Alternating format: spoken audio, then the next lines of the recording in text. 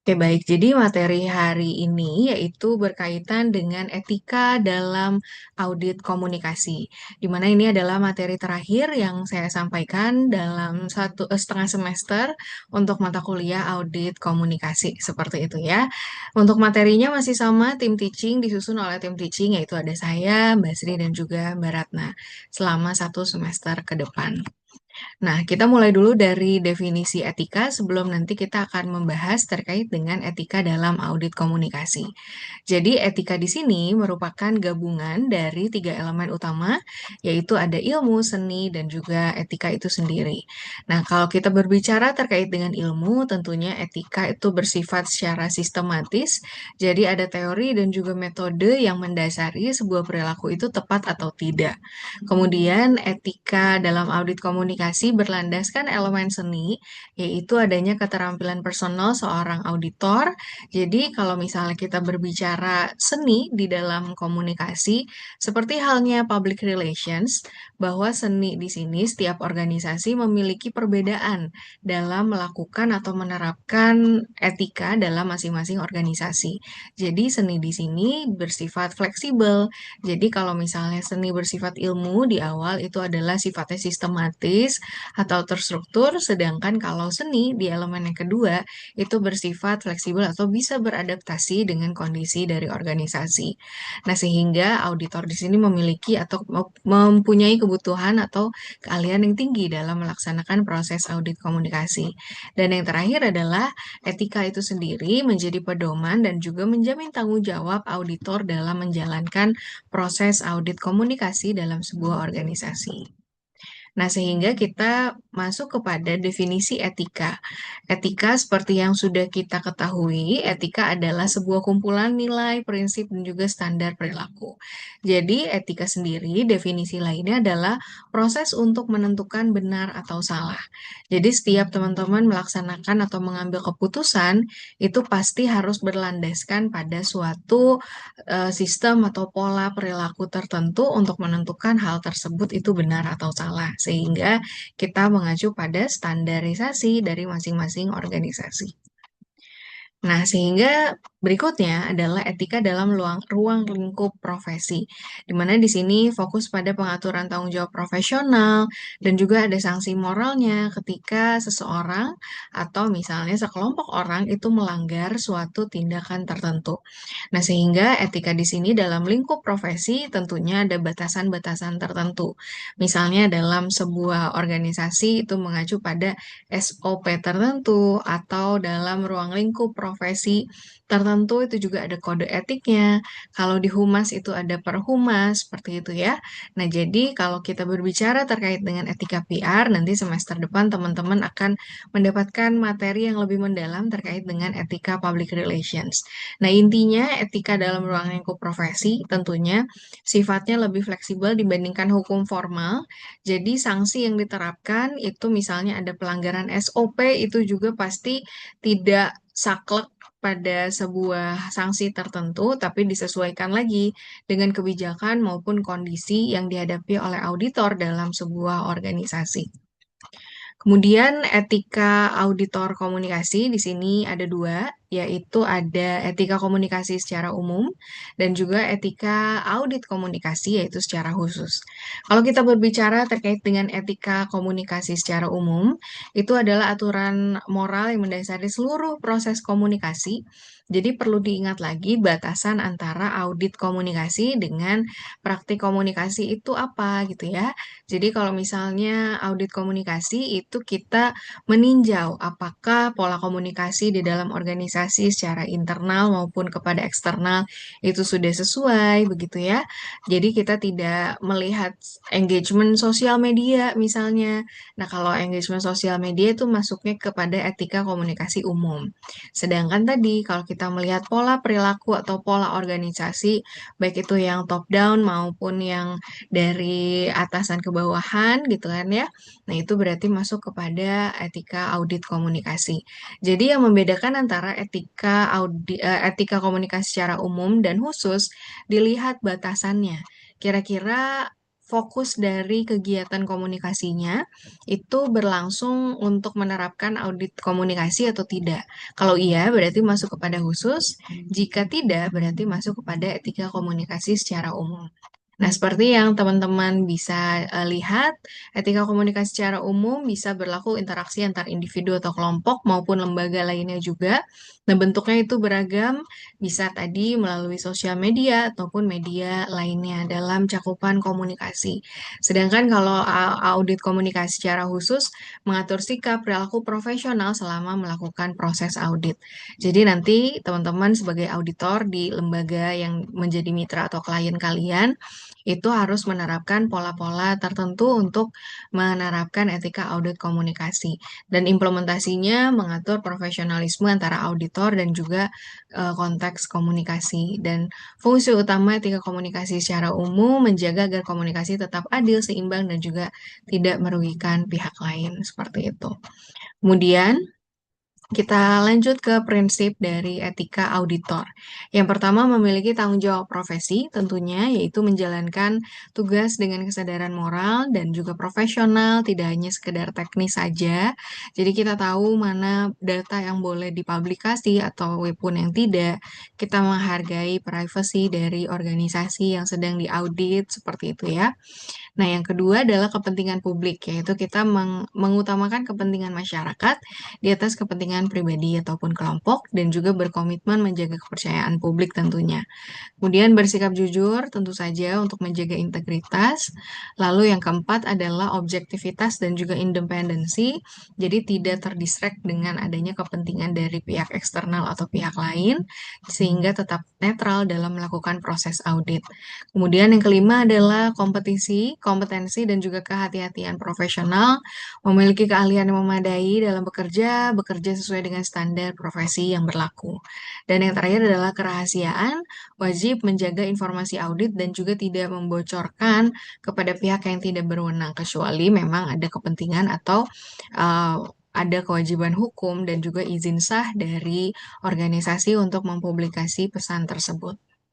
Kemudian yang ketujuh adalah perilaku profesional bertindak sesuai dengan kode etik yang berlaku. Seperti yang sudah tadi saya jelaskan, contoh kalau misalnya di kode etik Perhumas itu ada misalnya etika dengan rekan sejawat, etika dengan media itu juga harus dipatuhi. Itu dalam cakupan audit komunikasi, khususnya dalam public relations. Dan yang terakhir adalah standar teknis, yaitu mematuhi standar teknis profesional sehingga hasil audit dapat dipertanggungjawabkan secara ilmiah maupun hukum. Jadi tidak berlandaskan asumsi, namun berlandaskan data yang diperoleh saat proses audit berlangsung. Kemudian masalah etika apa saja yang dihadapi saat proses audit komunikasi? Yang pertama adalah masalah internal auditor komunikasi berkaitan dengan integritas tadi ya, objektivitas. Contoh misalnya saya ditunjuk sebagai tim auditor Universitas Pembangunan Jaya. Pastikan sebagai orang internalnya UPJ memiliki atau sudah memiliki pandangan mengenal beberapa bagian yang akan diaudit sehingga itu juga memerlukan effort lebih untuk menjaga integritas dan juga objektivitas saat melakukan audit komunikasi. Kemudian masalah internal organisasi yang diaudit, nah ada budaya organisasi yang harus kita patuhi, adanya budaya organisasi atau alur komunikasi yang harus kita pahami juga sehingga tidak melanggar budaya organisasi yang ada. Kemudian masalah interaksi auditor dan organisasi, misalnya ada tekanan dari klien kalau misalnya berkaitan dengan eksternal seperti itu ya. Dan yang terakhir adalah adanya pihak yang berkepentingan pada hasil audit, melibatkan pihak eksternal seperti pemegang saham, media, atau pemerintah. Jadi sebagai auditor betul-betul harus menggunakan atau memiliki pihak yang sangat independen seperti itu supaya tidak ada konflik of interest. Nah, bagian terakhir adalah terkait dengan case study. Jadi ada gambaran kasus. Contoh kasusnya adalah misalnya ada sebuah kasus yang melibatkan dugaan suap antara KPU atau Komisi Pemilihan Umum dengan auditor dari BPK atau Badan Pemeriksa Keuangan. Jadi kalau kita membreakdown berdasarkan agency teori, atau teori keagenan itu terdapat tiga pihak utama yang terlibat, yaitu prinsipal atau pemberi amanah, yaitu rakyat Indonesia diwakili oleh pemerintah, DPR, dan juga KPK. Kemudian ada agennya, yaitu penerima amanah, yaitu KPU. Dan terakhir adalah auditornya, yaitu BPK. Nah, peran ideal auditor harusnya menjadi pihak netral yang memastikan pengelolaan dana publik itu berjalan dengan lancar dan juga tidak ada penyelewengan terkait dengan kepentingan ataupun tanggung jawab tertentu. Nah, kemudian analisis etikanya di dalam case study ini adalah menggunakan dua pendekatan, yaitu deontologis. Kita menilai etika berdasarkan prosedur atau cara yang dilakukan, kemudian teleologis, yaitu menilai etika berdasarkan hasil tujuan akhir. Nah, temuan dari kasus tersebut ternyata teleologinya keliru, artinya hasil tujuan akhirnya itu dicapai namun dengan cara yang salah. Jadi kasus ini menunjukkan penerapan teologinya salah, di mana tujuannya dianggapnya baik, namun caranya itu tidak etis gitu ya. Contohnya mengungkap upaya dugaan korupsi, tujuannya kan baik ya, namun dilakukan dengan cara jebakan atau misalnya melalui suap ya. Jadi menjebak sebuah pihak tertentu kan caranya salah, tapi tujuannya itu benar sebenarnya. Nah, itu secara etika juga melanggar prinsip etika, yaitu tujuan baik tidak membenarkan cara yang salah. Sehingga terakhir, tindakan auditor atau BPK-nya menggunakan jebakan uang, masalahnya adalah pelanggaran kode etik profesi, sehingga tidak menjaga integritas, tidak patuh terhadap standar teknis dari audit. Lalu sebagai KPU atau auditor juga tindakannya memberikan imbalan suap kepada auditor, sikapnya tentu saja tidak transparan ya.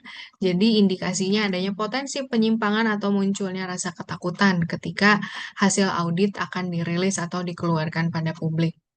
Kemudian yang terakhir, tindakan auditor atau BPK, lemahnya sistem pengawasan yang dijalankan, nah gagal mengantisipasi atau ketidakseimbangan informasi antar pihak sehingga memunculkan adanya konflik of interest yang seperti sudah dijelaskan pada slide sebelumnya, sehingga masalah utamanya adalah kegagalan kontrol sistemik yang terjadi antara tadi ada auditor, kemudian dari pemegang kebijakan ya, dan itu menimbulkan pelanggaran etika.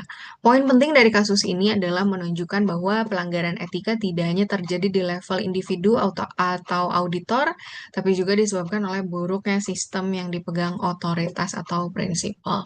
Seperti itu. Nah, jadi kesimpulannya dari case study tersebut adalah pelanggaran etika dapat terjadi di semua pihak, dampaknya juga dapat menghilangkan kepercayaan publik tentunya, dan pentingnya ada antara integritas, objektivitas, serta independensi dalam menjalankan proses audit sebagai fungsi dari seorang auditor. Seperti itu ya.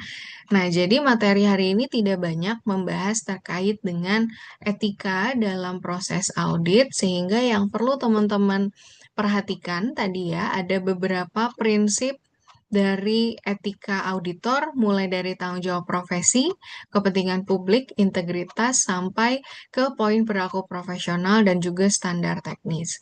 Juga jangan lupakan di sini ada yang namanya perbedaan antara etika komunikasi dan juga etika audit komunikasi secara khusus ketika bertindak sebagai auditor. Nah, berkaitan dengan perbedaan antara etika komunikasi umum dan juga khusus, nantinya akan ada tugas yang perlu teman-teman kerjakan. Jadi tugasnya sudah ada di kolabor. Untuk pertemuan hari ini, silahkan kalian isi saja presensi di pertemuan 7, di kolom pertemuan 7 hari ini. Kemudian nanti tidak ada forum yang dikerjakan hari H, forum diganti dengan tugas pertemuan 7 yang dibuka selama 1 minggu. Tugasnya adalah nanti kalian memberikan satu contoh kasus brand yang melakukan pelanggaran etika.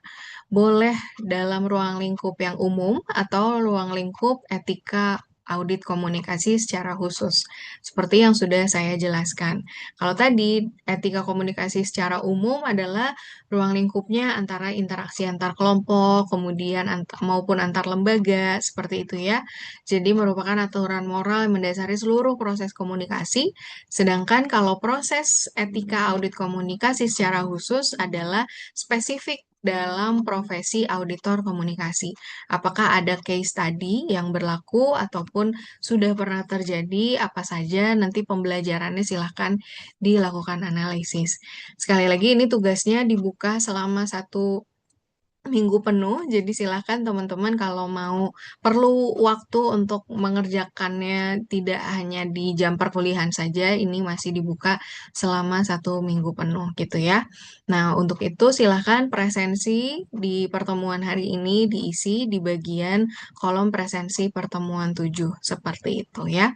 Oke, sebelum kita lanjut ke rangkuman materi pertemuan 1 sampai 7 terkait dengan kisi-kisi, silahkan jika ada yang mau ditanyakan, boleh disampaikan, baik itu melalui kolom chat maupun boleh on cam dan juga unmute ya untuk speakernya teman-teman. Gimana untuk materi hari ini? Sudah aman? Oke, saya rasa aman ya. Jadi kalau misalnya ada yang mau ditanyakan, sekali lagi boleh melalui kolom chat ataupun teman-teman silahkan raise hand dan juga aktifkan videonya. Nah, kemudian untuk materi kedua hari ini saya akan menyampaikan rangkuman materi dan juga kisi-kisi audit komunikasi. Ini juga hanya sifatnya preview saja karena saya juga sudah membuat video yang menjelaskan rangkuman materi dan juga kisi-kisi audit komunikasi ini di YouTube dan sudah saya sampaikan di kolabor videonya. Jadi kalau mau dilihat di video tersebut silahkan gitu ya. Nah, hari ini saya akan melakukan preview saja dari supaya kita remind lagi materi apa saja sih yang penting yang bisa teman-teman pelajari dari pertemuan 1 sampai pertemuan 7. Karena mengingat ini adalah perkuliahan online, jadi khawatirnya kalian terlalu sulit kalau misalnya melihat materi satu persatu, jadi saya membuat rangkuman materinya seperti itu ya. Nah, untuk materi pertemuan 1, kita pernah mempelajari terkait dengan definisi audit komunikasi, serta tujuan dari audit komunikasi, seperti itu ya. Nah, tadi definisi audit komunikasi ini bisa sekaligus menjadi batasan kira-kira etika dalam audit komunikasi secara khusus itu apa saja. Nah, itu termasuk kepada definisi audit komunikasi. Juga di dalam pertemuan 1, kita mempelajari ada yang namanya audit PR dan juga audit komunikasi, gitu ya. Kalau audit PR tentu saja tujuannya adalah meninjau praktik PR, baik itu secara internal maupun eksternal, sedangkan kalau audit komunikasi menilai sistem komunikasinya secara khusus. Kemudian ini ada dimensi audit komunikasi, mulai dari informatif, jalinan hubungan, dan juga jalinan informatif, seperti itu ya, menilai kualitas kecakapan informasi, kalau yang informatif tentunya, kemudian jalinan hubungan tadi ada yang top down atau down top, dalam segi proses alur komunikasinya, dan juga hubungan informatif, yaitu memperkuat partisipasi anggota organisasi. Kemudian itu adalah materi pertemuan 2, pertemuan 1, ini adalah materi pertemuan 2. Itu ada model audit komunikasi, ada 5 tahapan, mulai dari mengidentifikasi masalah, diagnosis, sampai ke penilaian. Ini adalah step by step-nya. Nanti saat UTS juga akan ada soal terkait dengan 5 tahap dalam proses audit komunikasi ini. Selain itu juga langkah sebelum audit, nanti kalian misalnya melakukan review, mendesain rencana tindakan, ini juga penting untuk dipahami. Kemudian di materi pertemuan 3 itu ada diagnosis organisasi, bagaimana caranya kita mendiagnosa organisasi yang akan diaudit, apakah masih sehat atau tidak proses komunikasinya, apa saja yang dilakukan, salah satunya melalui wawancara, kuesioner, observasi, dan juga analisis data. Itu dipelajari di pertemuan 3, pendekatan audit komunikasinya juga, kemudian ada 5 aspek dalam melakukan diagnosis organisasi gitu ya. Nanti silakan teman-teman dipelajari kembali, sudah pernah disampaikan di materi pertemuan 3. Kemudian di materi pertemuan 4, di sini ada perbandingan metode dalam melakukan audit komunikasi. Seperti tadi sudah disinggung sedikit di materi pertemuan 2, yaitu berkaitan dengan bagaimana sih caranya kita melakukan audit komunikasi. Ada wawancara, analisis isi, kemudian ada analisis jaringan. Nah, di sini sudah ada masing-masing tujuannya, jenis datanya, instrumen, dan juga output audit yang diharapkan gitu ya. Nah, jadi nanti mungkin ada case study dari soalnya, kemudian nanti disampaikan kira-kira metodenya apa yang paling tepat seperti itu. Kemudian berikutnya materi pertemuan 5 yaitu terkait dengan penilaian teknologi. Ada analisis dampak, evaluasi, dan juga penerapan yang tepat itu seperti apa. Platform yang bisa digunakan dalam melakukan penilaian teknologi itu kan macam-macam. Bisa dari teknologi ini dalam bentuk software ataupun aplikasi maupun dari teknologi penunjang untuk melakukan kegiatan komunikasi. Nah, itu nanti yang akan ditinjau dalam proses audit. Yang ditinjau apa? Yang pertama ada sikap, yaitu tingkat penerimaannya, apakah penerapan teknologi itu bisa acceptable oleh kegiatannya itu bisa digunakan gitu ya. Atau misalnya yang kedua, yaitu terkait dengan usage behavior. Apakah pengguna teknologi itu ada peningkatan pengetahuannya, mendukung penjualan ya. Itu juga nanti jadi salah satu materi yang penting, yaitu terkait dengan manajemen teknologi audit komunikasi. Kemudian apa saja yang dievaluasi? Yang pertama menilai penggunaan teknologi tadi, mengevaluasi kebutuhan dan juga melaksanakan manajemen teknologi.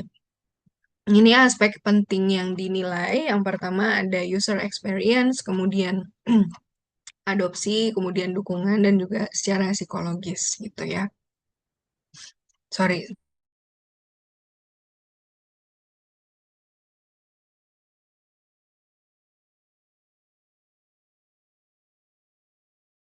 Oke, berikutnya ini ada evaluasi teknologi komunikasi, ada tujuannya.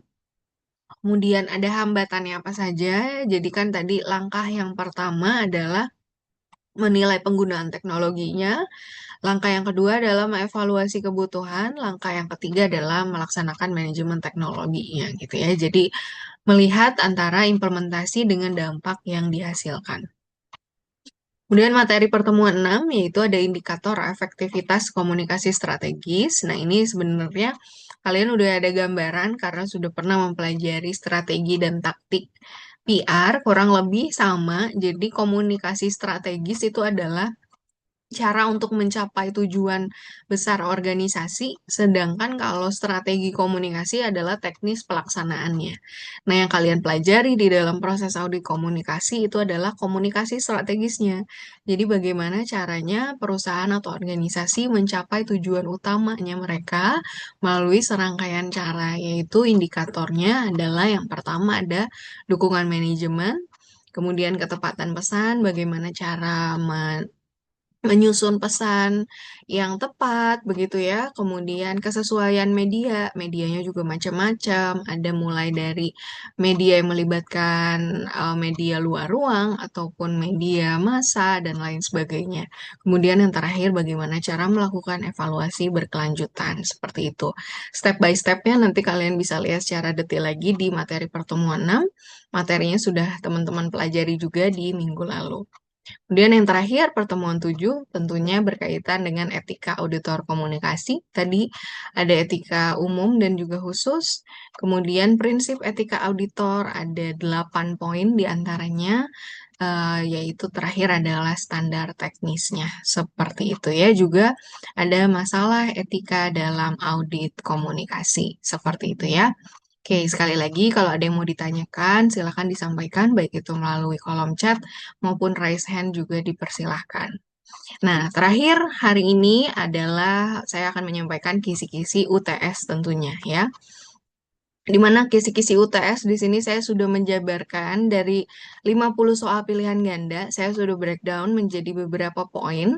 Yang pertama, konsep dasar audit komunikasi dimulai dari definisi dan manfaat hingga perbedaan audit komunikasi dan juga audit PR.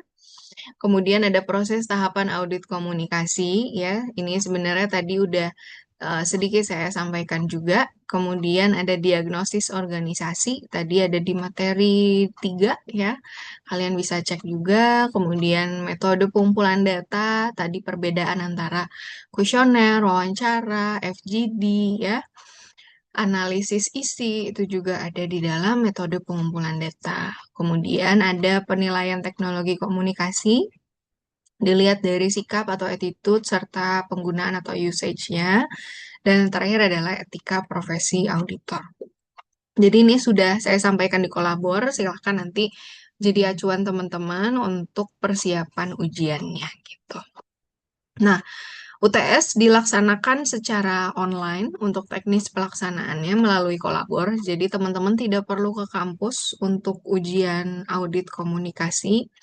Akses soalnya akan dibuka sesuai dengan jadwal perkuliahan, yaitu dilaksanakan pada pukul 10 sampai 12 karena untuk waktu perkuliahannya supaya teman-teman mudah remind-nya jadi saya majukan jadi jam 10 sampai jam 12 siang pada hari Senin tanggal 20 April gitu ya.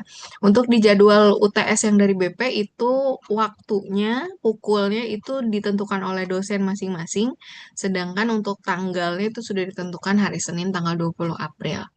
Nanti untuk teknisnya saya akan membuat Google Form.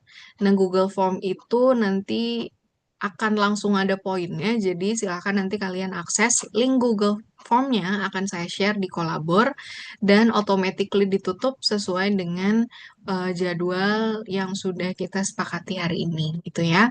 Jadi nanti soalnya Google Formnya akan dibuka pukul 10 dan akan ditutup pukul 12. Nah, pastikan sudah memiliki kartu ujian sebelum jadwal UTS berlangsung.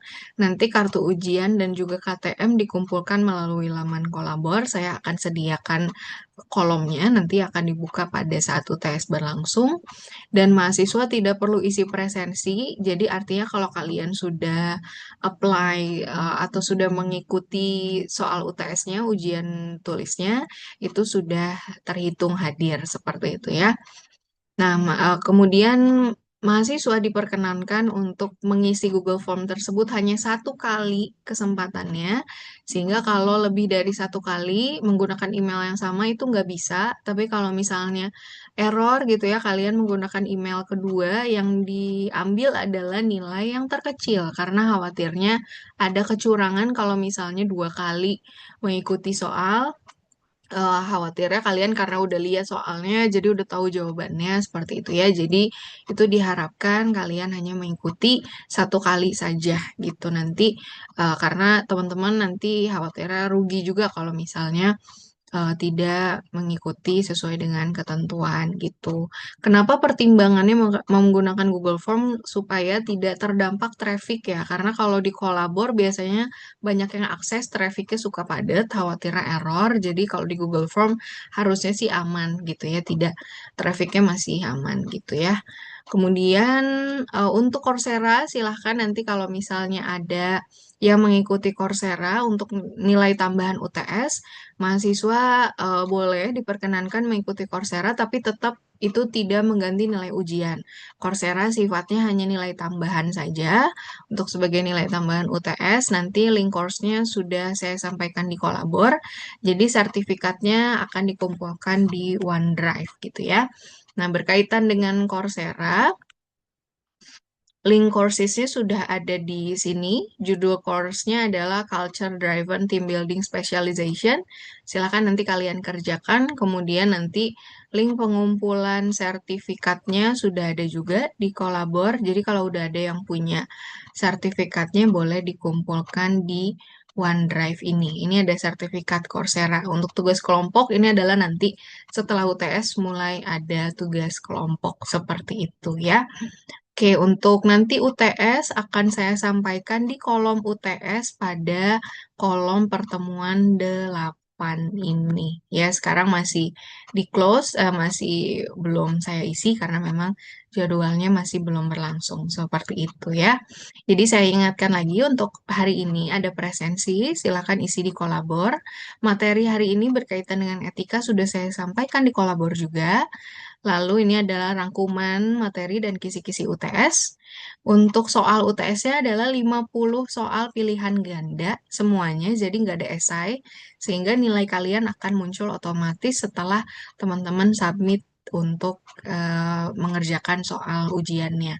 Ini adalah video rangkuman materi yang saya sampaikan juga terkait dengan rangkuman materi dan kisi-kisi UTS, serta ada tugas yang bisa teman-teman kerjakan. Seperti itu ya. Oke, sampai sini silakan ada yang mau disampaikan dulu. Kalau tidak ada, boleh open kameranya teman-teman untuk kita foto bersama. Supaya nanti saya akan menyamakan antara presensi yang ada di Kolabor dengan yang hadir di Zoom hari ini gitu.